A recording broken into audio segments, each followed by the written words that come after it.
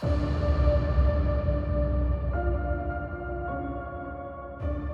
everyone, and my name is Misti Gaither, and I'm your host of Quest, a journey into true crime and the paranormal.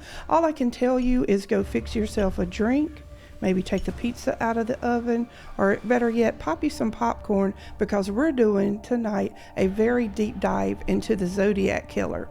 I have with me my very special guest, Michael Morford, and he is an expert on the Zodiac Killer and the Golden State Killer. So everything with the Zodiac Killer, it started off in 1968 in December. I was doing some research and stuff, and it's so intriguing to me about the Zodiac. Number one, because he's never been officially identified. What made you get interested? Well, I was a teenager in the 1980s, and teenage boys back in the 80s were, I guess, serial killers were sort of fascinating. I just sort of like mysteries, unsolved things. Picked up a book one day on it and decided to do a book report on the case, and my teacher wasn't too happy with that. But years later, when the internet came along, I found a place where I could, because I grew up in New Jersey, lived in New Jersey, the Zodiac murders happened in California. So I was as far away as you could get because I could get online and join different forums and hunt down different documents and things like that. It made it easier for me to, kind of dive into the case. And I just, once I did, I was hooked on the case, and it just, took a lot of time and effort. You have a book out there. It's on Amazon, two of them, and one is about the Zodiac Killer, and one is, of course, about the Golden State Killer. If you go on to Abjack Entertainment, you'll be able to to download and to access your podcast, which is about the Zodiac Killer. And the books are transcripts, but also updates are added, and maybe new information is added into the book. Is that correct? Researching into this case specifically sort of sprang into all things true crime. So I, embarked on a podcast career, and I either host or co-host or publish or produce several podcasts. So the website you mentioned, abjackentertainment.com, if people go there, they'll find most of the podcasts there. And, there's all kinds of podcasts under the sun that I produce that are involved in that covers all things true crime. But Criminology was the podcast that specifically I started my podcast career with. And, we started off, season one was the Zodiac Killer, and season two was the Golden State Killer, and we were actually in the middle of season two covering the Golden State Killer when the Golden State Killer was arrested. In the long run, it really helped a lot more people find the show, and as a result, it grew pretty quickly after that. Let's talk about the Zodiac Killer. He bragged and said that his body count, was 37, but officially, I believe there's only 5 confirmed deaths, that they attribute to the Zodiac Killer.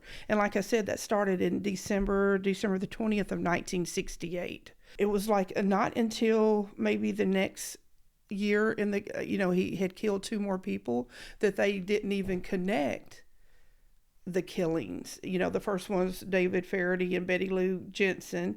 They were killed. They were kind of on Lover's Lane, and the same thing, with Michael, was that Mago and Darlene Ferrin, but Michael survived. Yep. You probably have studied a lot about the psyche of what, the Zodiac. I'm just curious, how did he find his victims? Did he just like drive around until he just saw somebody on a Lover's Lane, or, because I don't think there's any connections among all the victims. Well, the first 2 sets of victims, from December 68, Faraday and Jensen, and then in July 1969 is Mageau and Farron. They were killed within a couple miles of each other. They were attacked, the first attack, both of them died. That was on Lake Herman Road on the outskirts of the town of Vallejo. And then the July 4th attack that killed Darlene Ferrin and left Mike Mageau severely wounded, that was down the other end of Lake Herman Road, just a couple of miles away in Vallejo. So they were very close to each other, and both were areas where couples would park. In fact, both couples were parked when he stalked them and killed them. So it's there's no known confirmed connections between any of the victims. So I think it was just a well-known spot. Both those spots were places where couples would park and make out or whatever they did back then, smoke pot, whatever they were into, and they just wanted to be Right. away from people. Those were good, quiet places to go, and I think the Zodiac knew that and targeted those areas looking for vulnerable young couples, and that's where he found the first two couples. So the first two couples, he did shoot them. And then the third couple, the boy survived, Brian Hartnell and the Cecilia Shepard. He stabbed those to death, with a foot long blade. I mean, it was just horrendous. Because that's kind of odd for a serial killer. Do you think, like, to change weapons like that, or how that they dispose? Lake Barris attack in Napa, which happened in September of '69. It was the first attack outside of the town of Vallejo, and it's a decent drive there. It's not super far away, but with the layout of the land, it takes a while to get there, and it's in a more country-esque, I guess, part of that area of California. What was similar was he still found a couple that day that was isolated. They weren't on a lover's lane in a car at night per se, but they were alone on a deserted part of the lake. They had walked down a couple hundred yards from their car to have a picnic down near the water, and Zodiac still found them and was able to look for a lone couple maybe that wasn't paying attention, that were preoccupied, and it was his kind of victim. But the key difference was, as you mentioned, he used a knife in this attack.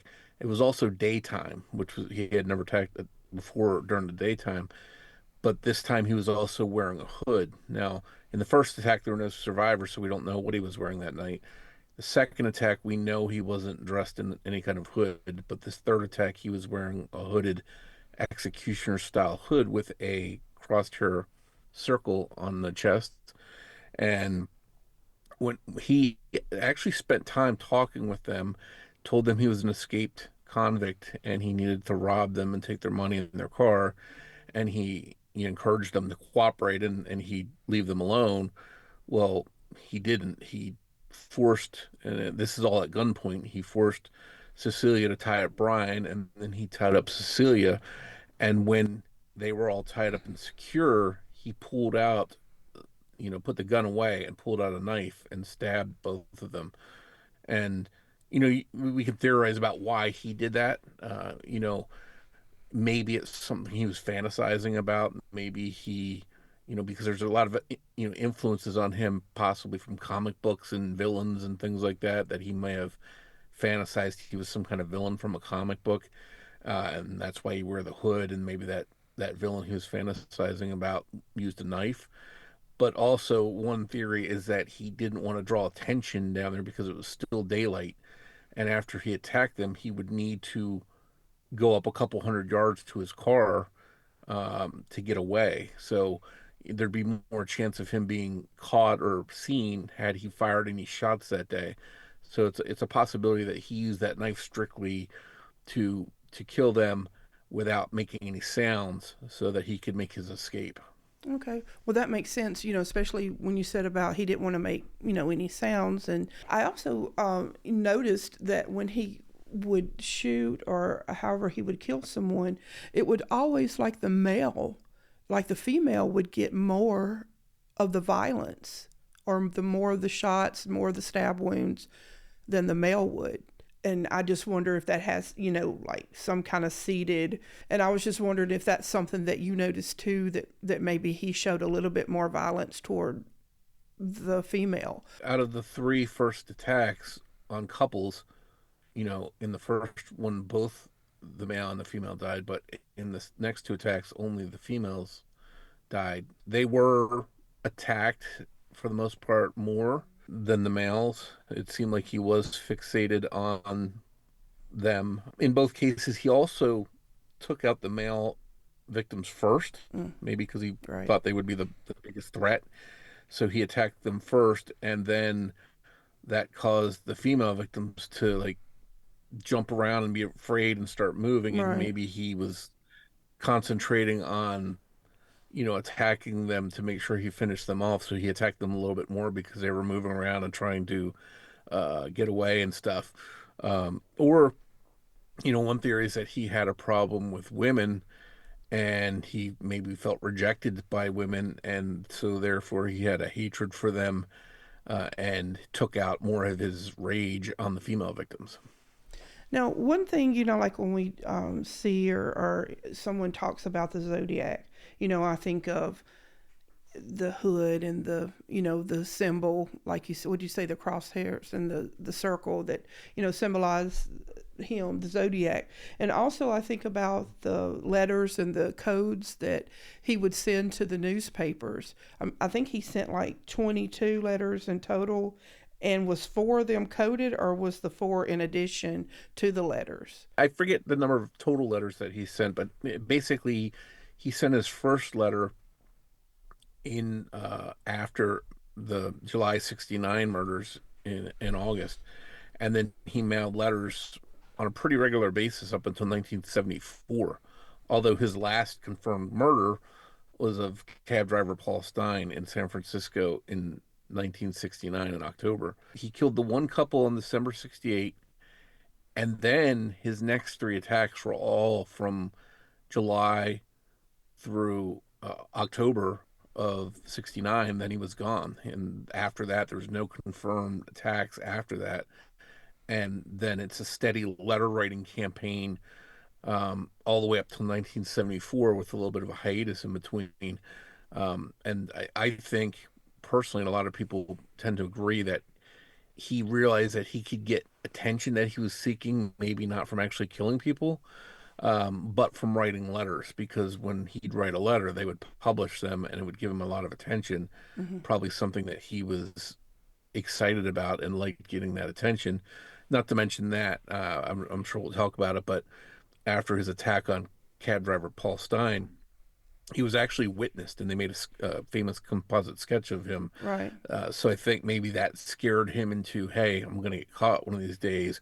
Let me just get back out of here out of the spotlight, and I can sort of do things behind the scene by sending these letters and trying to get attention versus going out and committing actual murders and eventually getting nabbed for them.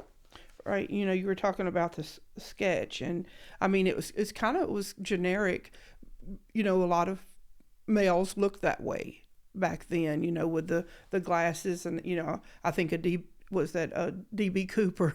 They have that. That the glasses, and it was just kind of to me like a generic look. And after which after the murder of the taxi cab driver Paul Stein, the cops show up not too long after the murder, and they were given wrong information. They were told it was a black male, and so they see a white guy walking, and they stop him, and he tells them, oh, someone ran that way. And then when they let him go, and then not too long after that, dispatch comes on and says, oh, we made a mistake, it's a white guy. And they actually had him just right there.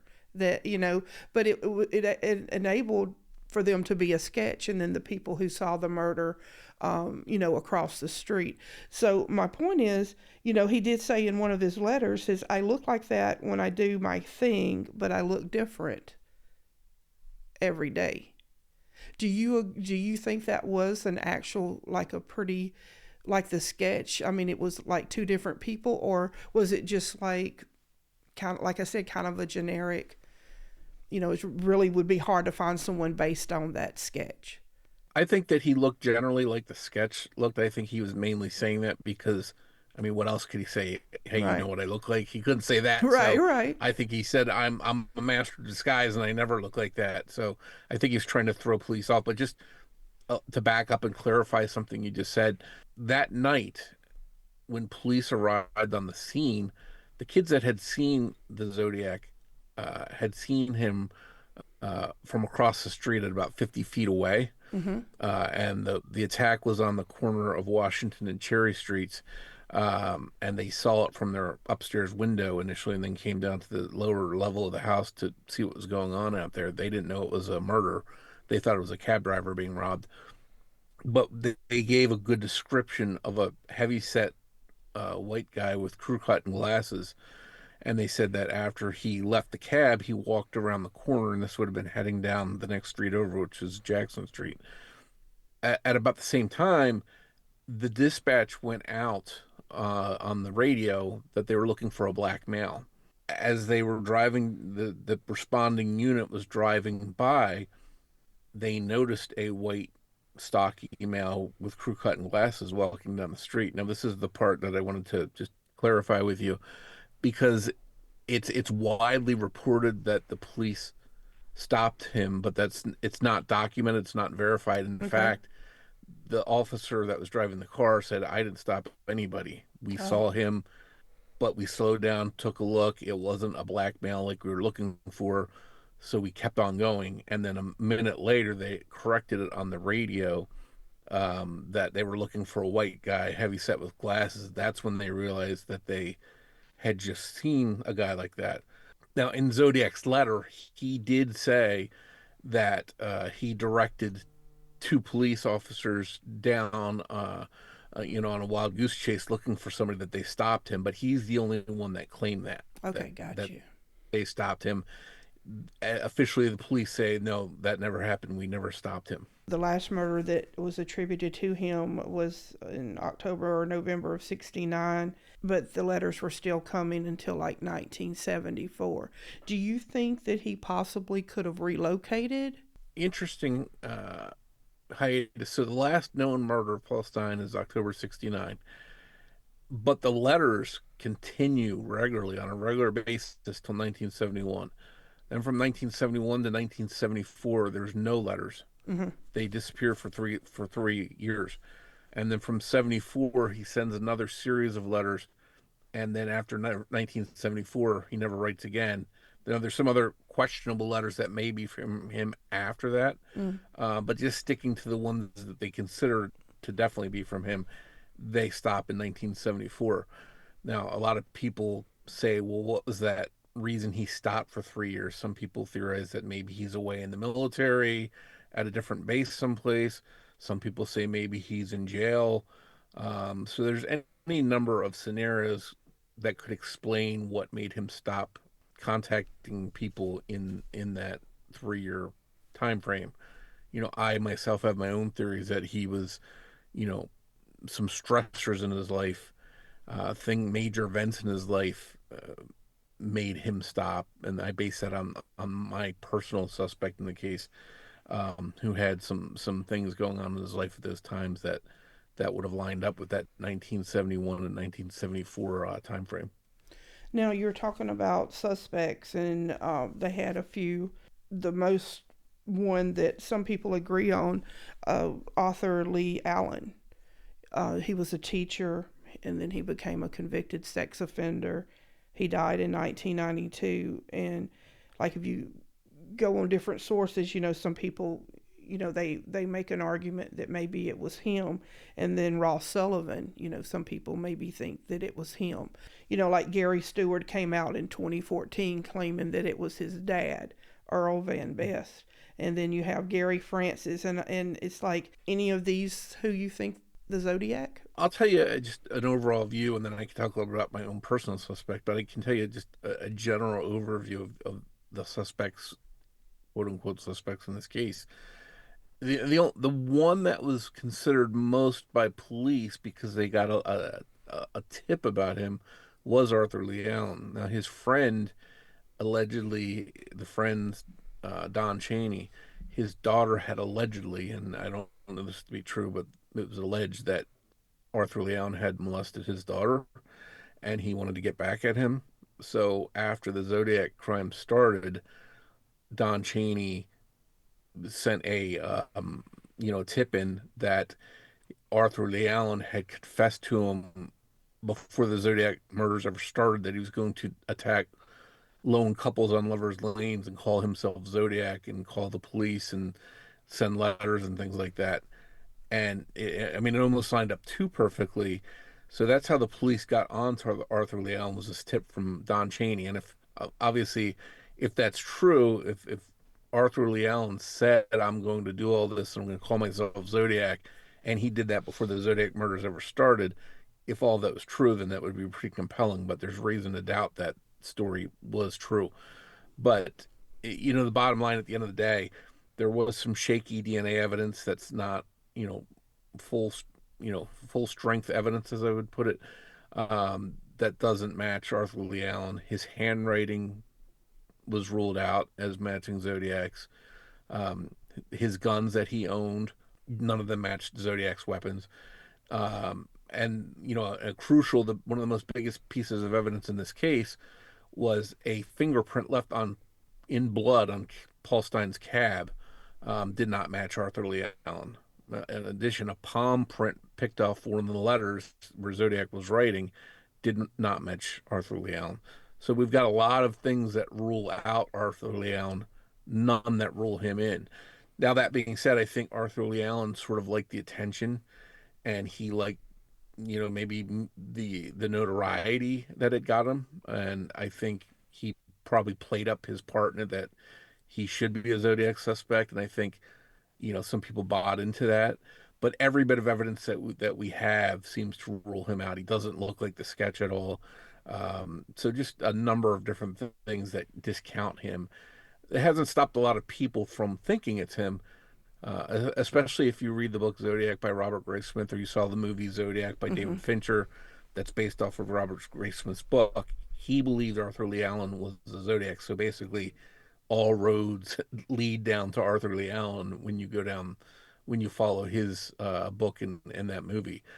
But in reality, it's very unlikely that Arthur Lee Allen was a Zodiac. There's been 1,000 suspects since, and I'll just reference a couple that you mentioned. Ross Sullivan was somebody that was thrown out there years and years ago, and I actually one day decided I was going to go through all the suspects on the list that I could find and sort of rule them out in my own mind. And I eventually found a picture of Ross Sullivan, and he looks remarkably like the Zodiac sketch, which was one thing that got my attention right away. Another thing was he had been in Riverside, and there's a whole nother offshoot to this story, and I don't want to go too far off track, but there's another crime in Riverside, Southern California in 1966 Right. that was connected. That was the murder of Sherry Jo Bates. She was killed outside the Riverside Library in 1966, and Ross Sullivan had worked there at that time. Then later on, wound up in Northern California, and he looked a whole lot like the sketch. So, being in that library where she was killed, then winding up in Northern California looking like the sketch, that sort of got me excited. But then there were things that didn't match. He was a schizophrenic, which was very, Zodiac seemed like he was in control of letter writing in this campaign of terror, whereas somebody with schizophrenia, I don't think would be, that lucid to be able to do that. And then the main thing with Ross Sullivan was the closest he could ever be put to Vallejo, where the Zodiac crime started, was in Santa Cruz, which isn't that close. If I could have placed him in Vallejo, I would have been a lot more interested, but I never was able to. But then there's other guys like Gary Francis Post. He's somebody that was thrown out by a group of people that were, you know, they call themselves like a crime solving team, and The case everybody breakers. that, yeah, the case breakers. Mm-hmm. Um, those of us in Zodiac circles that know the case inside and out know that there's no way Gary Francis posted the Zodiac. They were off on so many different things with him. So none of us that are in that community that researched the case really put any thought into him. He's a very weak suspect. Gary Stewart claimed his dad was the Zodiac. Well, every account of Zodiac was of a 200 and some odd pound guy, barrel chested, overweight. His father, soaking wet, was probably 140 pounds, Mm. and with male pattern baldness, not a crew cut, which was depicted. He was probably half the weight of Zodiac, and nobody put much weight into him. But my point is that everybody comes up sort of with my dad did it, Mm-hmm. it was my uncle, And a lot of times it's because they want to push a book or they're pushing a Sure. documentary. So every once in a while, you'll hear this case has a new quote unquote suspect that somebody's pushing, and they've got a book or a documentary they're pushing as well. And then every few years, it's like, I thought they solved that case. Wasn't it X or Y or Z, or wasn't this guy or that guy? And every 2, 3 years, you go through the same cycle of, thing when somebody new comes along with a suspect. So, just to answer your question, there's a lot of people that have been presented as suspects. Obviously, they can't all be Zodiac, so most of the people that are presenting suspects are wrong, or they're all wrong. But whatever the case, nobody's been, connected to the crimes through the police and arrested. And again, I have my own suspect if you want to talk a little bit about, but um, there has been no arrest and no solid suspects that have been tied to the case. There's also like a theory out there about a Unabomber connection. Yeah, The, the Unabomber. mm-hmm, There's been that's been a theory for the last 20, 30 years mm-hmm, actually, that the Unabomber could be the Zodiac. And when you talk to experts that are versed in serial killers, you talk to criminologists, you talk to detectives that have worked on dozens and dozens of homicide cases and worked with serial killers, you see pretty easily that the Unabomber and the Zodiac Killer are night and day difference. You know, right, Zodiac Killer like getting up close and personal, putting his hands on victims, shooting them, stabbing them, being there, and as soon as it would was done, he would flee. And you look at the Unabomber, Ted Kaczynski. He was somebody that was nowhere around when his victims went through their pain and were attacked. He'd set a bomb and take off, and he'd be nowhere close when the bomb exploded. right. So just two different killers. You don't get wildly different like that as far as your MO signature. That stuff doesn't vary. If you talk to any experts, they're all going to tell you that. And same thing with the Golden State Killer. Some people have tried to say that the Zodiac Killer was actually the Golden State Killer, Joseph D'Angelo. Two night and day different Right. killers, because The robberies. Joseph D'Angelo was a sexual Mm-hmm. sadist that enjoyed spending hours and hours with his victims, torturing them, whereas Zodiac was a thrill kill, shoot them and get out of there as fast as possible type of person. So, you'll see these theories out there, and at the end of the day, experts don't really buy into them because there's too many differences between those serial killers if you look closely, and not many similarities. So you said that you had your own opinion. Yeah, I have my own suspect, and my suspect is a guy named William Mac Andrew, and he to get back to how I found him, after the July 1969 attack, the Zodiac called the police and said, I did this. I also killed the kids the previous December. And he goes through this whole spiel of how he did it and tells the police where to find them, where to find their bodies, tells them to go look up Blue Rock Springs Park. And this call that he makes was traced to a phone booth, 2.5 miles from the shooting site. In reality, if he had made this call 5 minutes, 10 minutes after the attack, I could see him, heading out of town. He sees this phone booth, he calls, taunts the police, and he rides out of town and gets to safety. He made this call 35 minutes later. My thinking was, no, I wonder if he maybe went home. He lives around that phone booth. He went home, he changed, parked his car, he hid his guns, changed his clothes maybe if he had blood on them, something like that. Then he walks over to this phone booth and makes that call. Well, I started looking in the area, and I think I made like a 300-yard radius, and I was able to pinpoint everybody that lived in that radius and rule them out based on age, race, gender, that kind of stuff.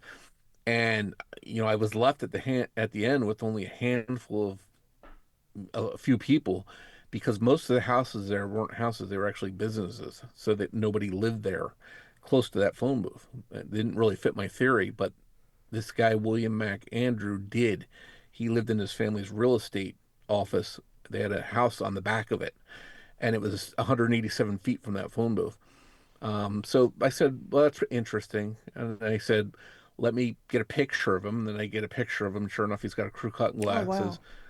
And I said, well, everybody, I gave up on somebody looking like the sketch. That didn't really impress me anymore because everybody back then sort of, Right. if you weren't a hippie, you looked sort of like that. So that didn't really Right. impress me.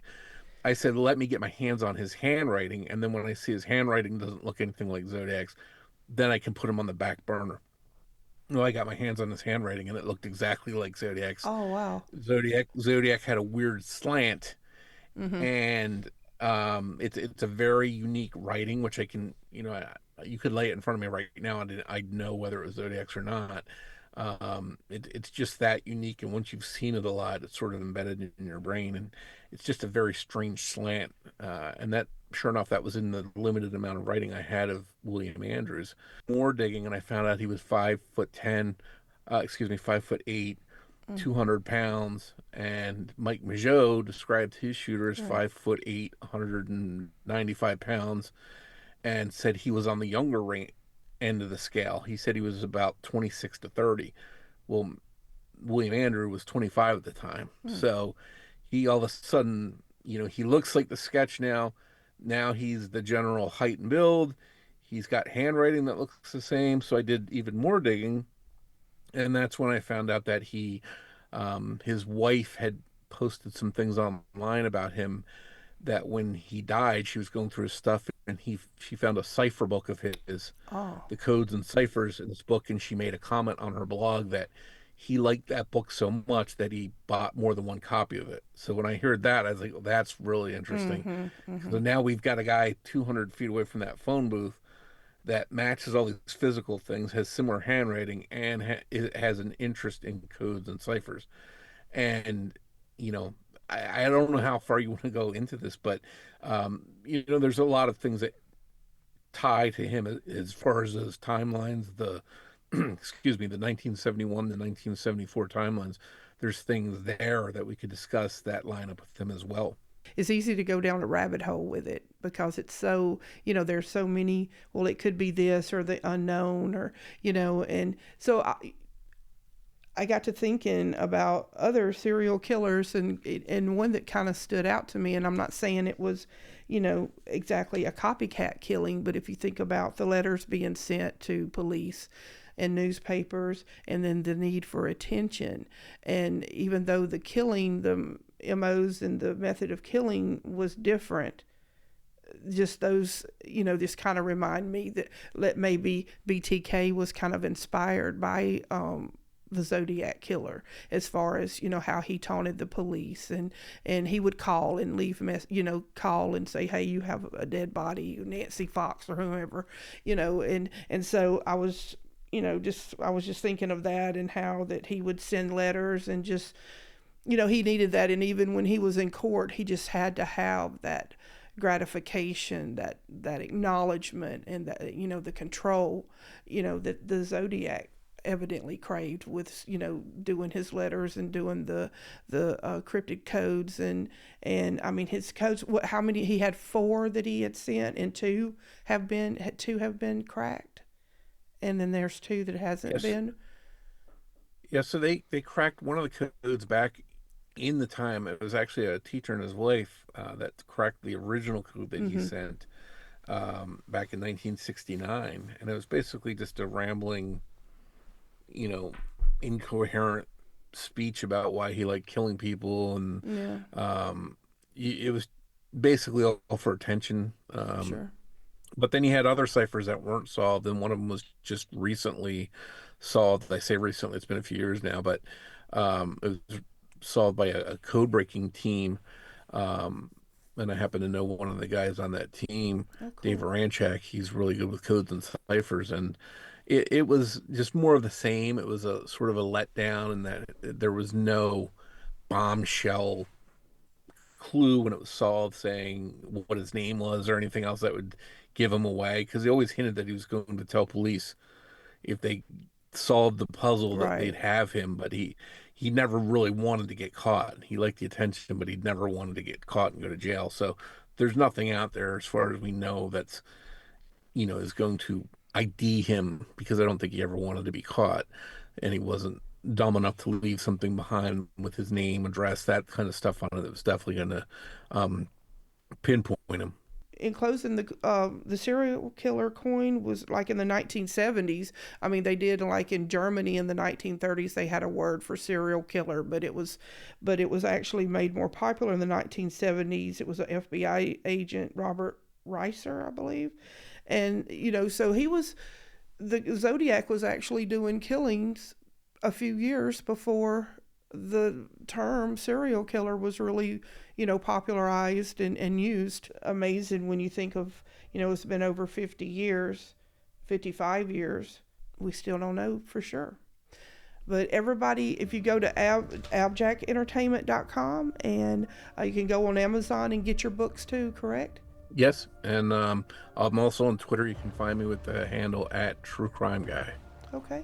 I appreciate you coming on the show. I hope you join me again and we can maybe, get more about the Zodiac, and then actually touch some on the Golden State Killer too. So I appreciate you being on the show more. Thank you. Thank you for having me on.